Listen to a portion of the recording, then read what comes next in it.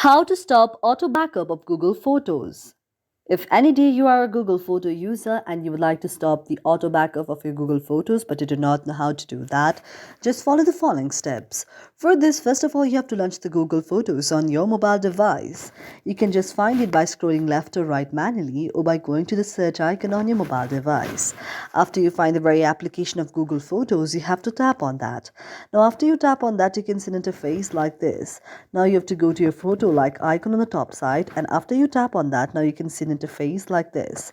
Now you have to wait for a while until you find the very option of the backup status there. Sometimes the very option may be shown like this when the very backup is not being done due to your various kind of storage.